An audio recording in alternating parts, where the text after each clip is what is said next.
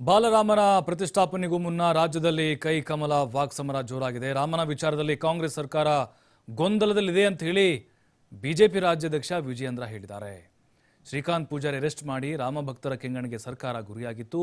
ತುಷ್ಟೀಕರಣ ನೀತಿ ಅನುಸರಿಸಿ ಹಿಂದೂಗಳ ಭಾವನೆಗೆ ಧಕ್ಕೆ ತರುವಂತಹ ಪ್ರಯತ್ನವನ್ನು ಮಾಡಿದರು. ರಾಜ್ಯದ 160 PVRಗಳಲ್ಲಿ ಬಾಲರಾಮ ಪ್ರಾಣ ಪ್ರತಿಷ್ಠಾಪನೆ ನೇರ ಪ್ರಸಾರ ಆಗುತ್ತೆ. ರಾಜ್ಯ ಬಿಜೆಪಿ ವತಿಯಿಂದ PVRಗಳಲ್ಲಿ ಫ್ರೀ ಲೈವ್ ಸ್ಕ್ರೀನಿಂಗ್ ನಡೆಯುತ್ತೆ ಅಂತ ಹೇಳಿ ಈಗ ವಿಜೇಂದ್ರ ಅವರು ಮಾಹಿತಿ ಕೊಟ್ಟಿದ್ದಾರೆ. ಕರ್ನಾಟಕ ರಾಜ್ಯದಲ್ಲಿ ಶ್ರೀಕಾಂತ್ ಪೂಜಾರಿಯನ್ನ ದುರುದ್ದೇಶದಿಂದಲೇ ಅವನನ್ನ ಅರೆಸ್ಟ್ ಮಾಡಿ ಕೋರ್ಟಿನ ಒಂದು ಕುಂಟು ನೆಪವನ್ನು ಹೇಳಿಕೊಂಡು ಅವನ ಅರೆಸ್ಟ್ ಮಾಡಿ, ಅಂದ್ರೆ ಇಡೀ ದೇಶದಲ್ಲಿ ಇವತ್ತೇನು ರಾಮಜಪ ನಡೀತಾ ಇದೆ, ಇವತ್ತು ಎಲ್ಲ ಕುಣಿದು ಕುಪ್ಪಳಿಸ್ತಾ ಇದ್ದಾರೆ.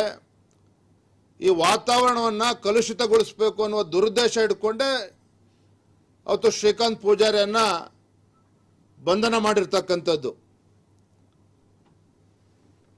ಮತ್ತೊಂದು ಕಡೆ ಕಾಂಗ್ರೆಸ್ ಪಕ್ಷದ ರಾಷ್ಟ್ರೀಯ ನಾಯಕರು ಆಹ್ವಾನವನ್ನ ತಿರಸ್ಕರಿಸುವ ಮೂಲಕ